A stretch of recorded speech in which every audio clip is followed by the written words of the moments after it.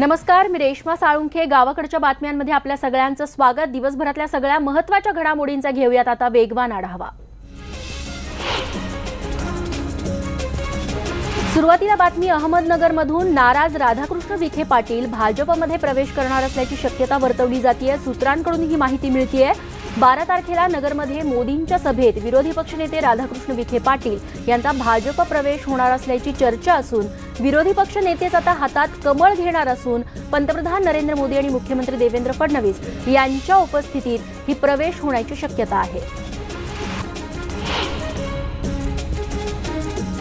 राधाकृष्ण विखे पाटील यांच्यानंतर विजयसिंह मोहिते पाटील यांनाही भाजपत घेण्याच्या हालचाली सुरू झाल्याची माहिती मिळतेय.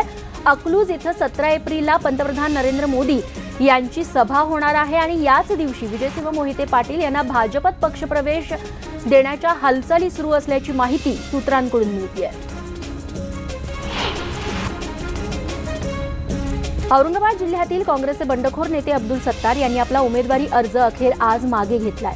त्यांच्या या निर्णयामुळे जिल्ह्यात सर्वत्र चर्चा सुरू झाली आहे. मी भाजपसोबत जाणार नाही, पण भाजप माझ्यासोबत आली तर माझा नाईलाज आहे, असं काहीतरी बुचकळ्यात टाकणारं विधानही त्यांनी आज केलंय. माझ्यामुळे युतीला फायदा होण्याचा प्रश्नच नाही, असा दावाही त्यांनी केलाय.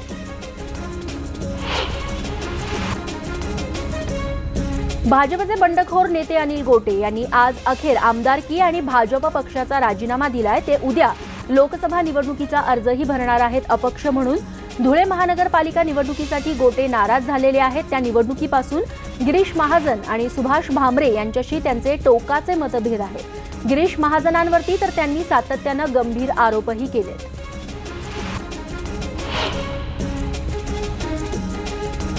भाजपचा जाहीरनामा अखेर आज प्रसिद्ध झालाय. संकल्पपत्र असे या जाहीरनाम्याला नाव देण्यात आलंय. यात शेतकरी आणि व्यापाऱ्यांना केंद्रस्थानी ठेवण्यात आल्याचं दिसतंय.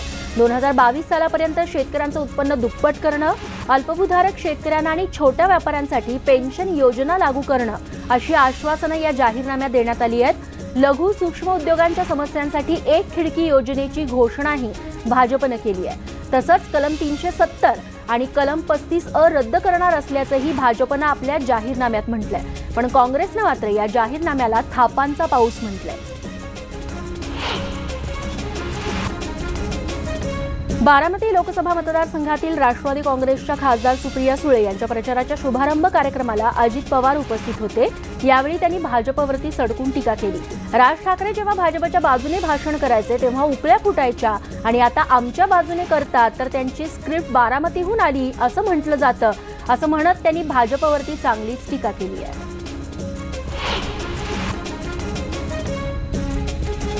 पवारांचं बोट धरून राजकारणात आलेले मोदी पंतप्रधान होतात, त्यामुळे बोट देताना मी 10 वेळा विचार करतो, असा टोला राष्ट्रवादी काँग्रेसचे अध्यक्ष शरद पवार यांनी मोदींना लगावलाय. पवारांनी हा टोला लगावताच कार्यकर्त्यांमध्ये एकच हशा पिकला.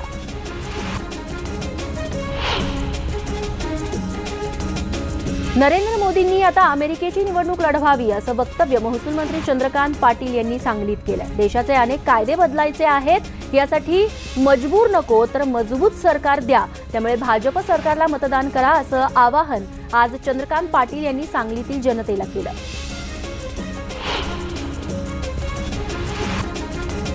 सांगलीतल्या या सभेत चंद्रकांत पाटलांनी सुप्रिया सुळे यांना देखील लक्ष केलं. सुप्रिया सुळे यांचा या निवडणुकीमध्ये पराभव होणार असल्याचं भाकीत चंद्रकांत पाटलांनी वर्तवलंय.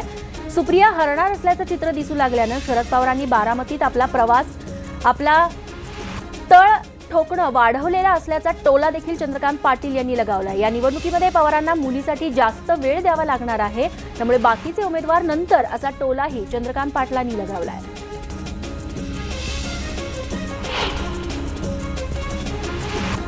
नागपुरात भाजपची जाहीर सभा झाली. या सभेमध्ये मुख्यमंत्री देवेंद्र फडणवीस यांनी काँग्रेसवरती जोरदार टीका केली आहे. काँग्रेसच्या सरकारनं केवळ पाकिस्तानचा निषेध केला. बालाकोटचे पुरावे काँग्रेसवाले मागतील हे माहीत असतं तर आम्ही सेनेच्या रॉकेटसोबत काँग्रेसचा नेता बांधून पाठवला असता, असा टोलाही मुख्यमंत्र्यांनी काँग्रेसला लगावला.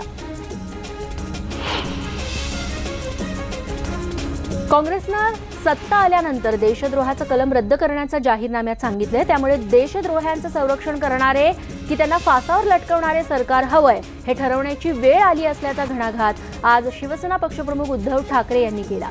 ते रामटेक मतदारसंघातील प्रचार सभेत बोलत होते. कृपाल तुमाने भरघोस मतांनी निवडून येतील असा विश्वासही आज त्यांनी या सभेत बोलून दाखवला।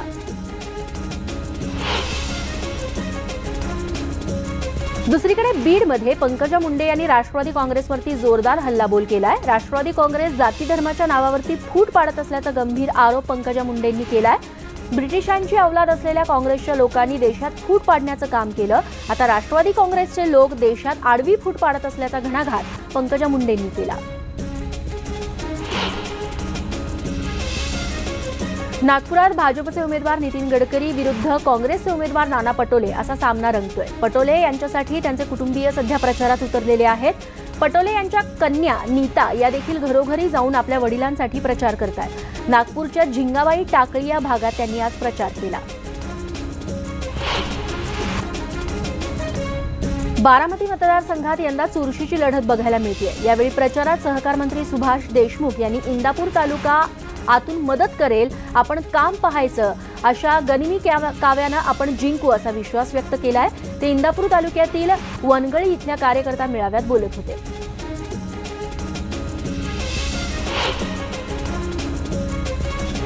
रायगड लोकसभा मतदारसंघात पुन्हा एकदा सेनेचे अनंत गीते विरुद्ध राष्ट्रवादी काँग्रेसचे सुनील तटकरे असा सामना रंगणार आहे। कोकणाच्या हितासाठी गीतेंनी काहीच प्रयत्न केला नसल्याचा आरोप आज तटकरेंनी केलाय। त्यामुळे आपण कोकणाचा सर्वांगीण विकास करणार असल्याचं तटकरे म्हणाले।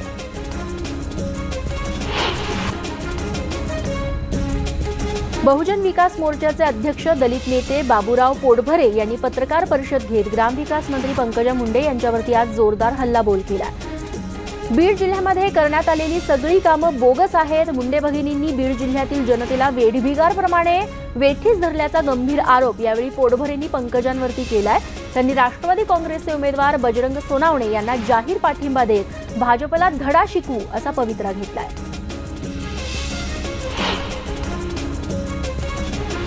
तिकडे इंदापुरात काँग्रेसच्या कार्यकर्त्यांचा मेळावा आयोजित करण्यात आला होता। यावेळी त्यांनी मी सुप्रिया सुळे शरद पवारांची मुलगी आहे, कधी खोटं बोलले नाही आणि बोलणारही नाही, दुसऱ्याच्या जीवावरती मी काही करत नाही अशा शब्दात कार्यकर्त्यांना आपली ओळख करून दिली।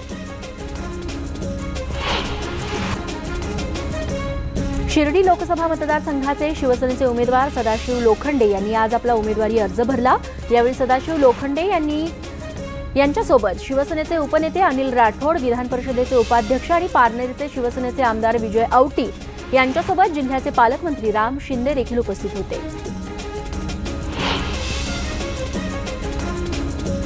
देशाला महाराष्ट्र हा सर्वाधिक युतीचे खासदार देणारा प्रदेश असेल असा विश्वास जलसंपदा मंत्री गिरीश महाजन यांनी व्यक्त केला। त्यांच्या उपस्थितीत नंदुरबार लोकसभेच्या भाजपच्या उमेदवार डॉक्टर हिना गावित यांनी आज शक्ती प्रदर्शन केलं आणि आपला उमेदवारी अर्ज दाखल केला। हिना गावितांचा उमेदवारी अर्ज भरण्यासाठी जलसंपदा मंत्री गिरीश महाजन हे खास हेलिकॉप्टरनं नंदुरबारमध्ये दाखल झाले होते। बीड लोकसभा मतदारसंघातील वंचित बहुजन आघाडीचे अधिकृत उमेदवार विष्णू जाधव यांच्या प्रचारासाठी जाहीर सभेचं आज आयोजन करण्यात आलं। यावेळी वंचित बहुजन आघाडीचे संस्थापक अध्यक्ष ॲडव्होकेट प्रकाश आंबेडकर उपस्थित होते। यावेळी प्रकाश आंबेडकरांनी मोदींवरती जोरदार टीका केली।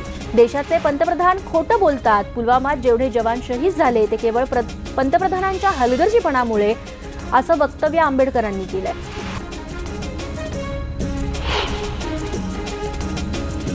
राज्याचे माजी सहकार मंत्री हर्षवर्धन पाटील आणि राज्याचे माजी उपमुख्यमंत्री विजयसिंह मोहिते पाटील यांच्यात हर्षवर्धन पाटील यांच्या निवासस्थानी गुप्त बैठक झाल्याची बातमी प्रसिद्ध झाली। या बातमीवरती हर्षवर्धन पाटील यांनी खुलासा केलाय। मोहिते पाटलांनी आपली सहज भेट घेतली असून ही काही गुप्त बैठक नव्हती असं हर्षवर्धन पाटील म्हणाले। लोकसभा निवडणुकीत मतदानाची टक्केवारी वाढावी यासाठी शासनाकडून जनजागृती मोहीम राबवण्यात येते। वर्ध्यात जास्तीत जास्त प्रमाणात मतदान व्हावं याकरता शासनाकडून महात्मा गांधींच्या पुतळ्याजवळ मतदान केल्याची निशाणी दाखवणारे पुतळे लावण्यात आले। यामध्ये शेतकरी, गरीब वर्ग, गावातील पाटील, नोकरदार वर्ग अशा प्रकारे विविध पुतळे बसवण्यात आले।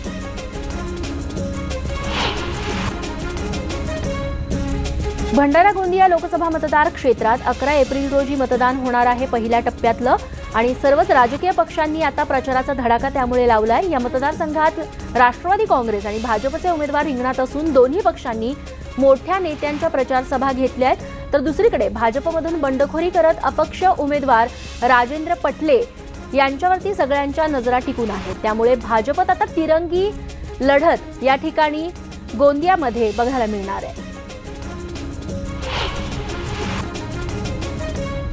धुळे लोकसभा मतदारसंघातील काँग्रेस राष्ट्रवादी काँग्रेस महाआघाडीचे उमेदवार आमदार कुणाल पाटील यांनी आज शक्तीप्रदर्शन केलं आणि आपला उमेदवारी अर्ज दाखल केला। यावेळी शहरातील भव्य रॅली देखील काढण्यात आली।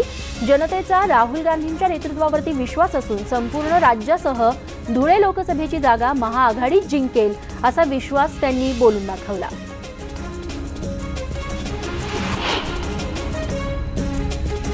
मावळ लोकसभा मतदारसंघातील शिवसेना भाजप नेत्यांमध्ये आज मनोमिलन झालं। या मतदारसंघातील युतीचे उमेदवार श्रीरंग बारणे यांनी भाजप आमदार लक्ष्मण जगताप यांच्यावरती भ्रष्टाचारी असल्याचे आरोप केले होते। मात्र आज आपण सगळे हेवेदावे बाजूला ठेवत देशाच्या हितासाठी एकत्र आल्याचं लक्ष्मण जगताप यांनी बोलून दाखवलं। लातूर जिल्ह्यातील औसा इथं उद्या पंतप्रधान नरेंद्र मोदी यांची सभा होणार आहे। युती झाल्यावरती पहिल्यांदाच मोदी, उद्धव ठाकरे आणि रामदास आठवले हे एका मंचावरती असतील। लातूरचे उमेदवार सुधाकर शृंगारे आणि उस्मानाबादचे सेनेचे उमेदवार ओमराजे निंबाळकर यांच्या प्रचारार्थ पंतप्रधान नरेंद्र मोदी इथे येत आहेत। सुरक्षेच्या दृष्टिकोनातून प्रशासनाने देखील इथं मोठी तयारी केली आहे।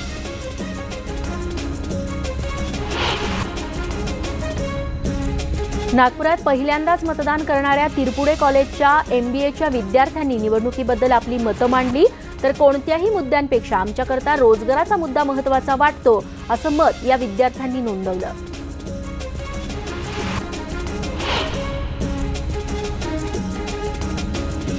नागपूर मेट्रो ही माझीच संकल्पना होती। हा प्रकल्प मंजुरी आम्हीच दिली आणि आता उद्घाटनही आम्हीच करू असं माजी मुख्यमंत्री आणि काँग्रेसचे ज्येष्ठ नेते पृथ्वीराज चव्हाण यांनी सांगितलं। फेब्रुवारी 2014 मध्ये मी मुख्यमंत्री असताना आणि कमलनाथ हे नगरविकास खात्याचे मंत्री असताना नागपूर मेट्रोला मंजुरी दिल्याचंही चव्हाणांनी सांगितलं।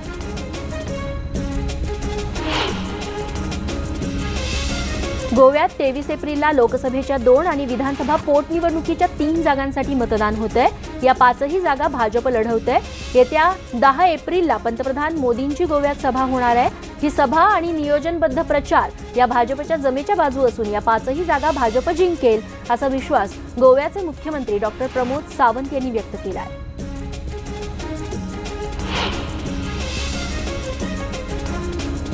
गोंदियात बनावट देशी आणि विदेशी मद्य बनवणाऱ्या कारखान्यांवरती गोंदिया स्थानिक गुन्हे शाखेनं छापा टाकला। या छाप्यात लाखो रुपयांची बनावट दारू जप्त करण्यात आली आहे। या प्रकरणी 4 आरोपींना पोलिसांनी अटक केली आहे। पोलीस या प्रकरणी आता अधिक तपास करत आहेत।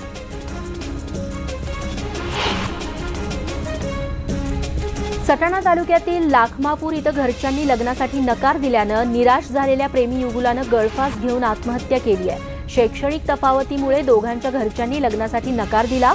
त्यामुळे त्यांनी आत्महत्येचं टोकाचं पाऊल उचललं। आत्महत्या करण्यापूर्वी दोघांनी चिठ्ठीही लिहून ठेवली होती।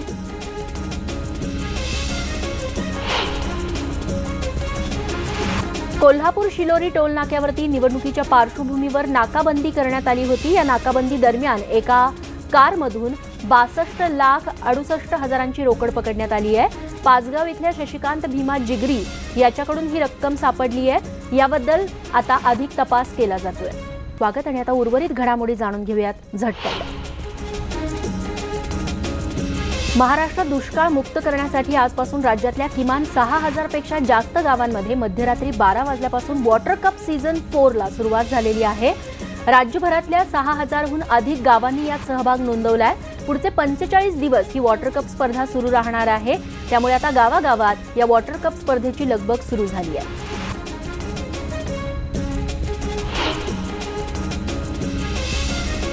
आज पंढरपुरातील श्री विठ्ठल रुक्मिणी मंदिर समितीत असलेल्या सर्व कर्मचाऱ्यांकरता मोफत आरोग्य तपासणी आणि औषधोपचार शिबिराचं आयोजन करण्यात आलं होतं। पंढरपूर तालुका होमिओपॅथी डॉक्टर असोसिएशनच्या वतीनं हे शिबिर राबवण्यात आलं। यावेळी मोठ्या प्रमाणात महिला आणि पुरुषांनी शिबिराचा लाभ घेतला।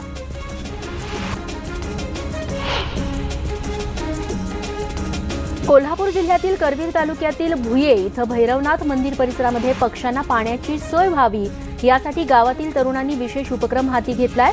उन्हाळ्यात पक्ष्यांना पाण्याची सोय व्हावी यासाठी झाडांवरती लोटके बांधून पाण्याची सोय करण्यात आली आहे। 324 झाडांवरती 100 मातीची भांडी यासाठी बांधण्यात आली आहेत। तरुणांच्या या उपक्रमाचं सर्वत्र कौतुक होत आहे.